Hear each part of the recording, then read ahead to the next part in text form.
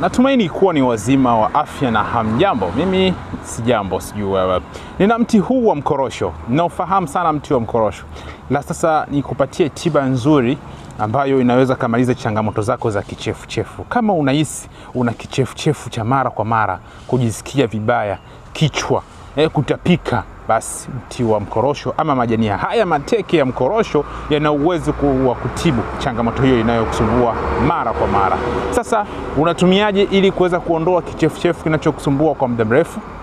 Chukua haya majani ya mkorosho, kisha utayafikicha vizuri ama utayasaga, kisha utachemsha.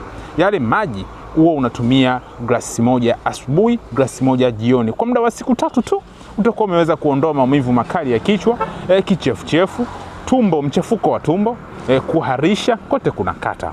Sasa ulikuwa unafahamu kama majani haya ya mkorosho ni tiba nzuri kwa matatizo hayo? Basi tumia leo ili uweze kutibu changamoto inayokusumbua.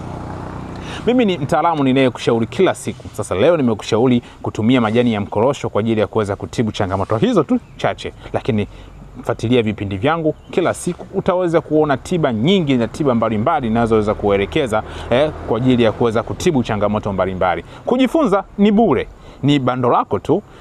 Mimi ni mshauri naye kushauri kila siku. Namba zangu za simu +255 752 16 38 38.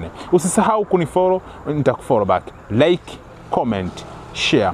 Acha swali lako katika comment section, nitakujibu vizuri tena ipasavyo kabisa.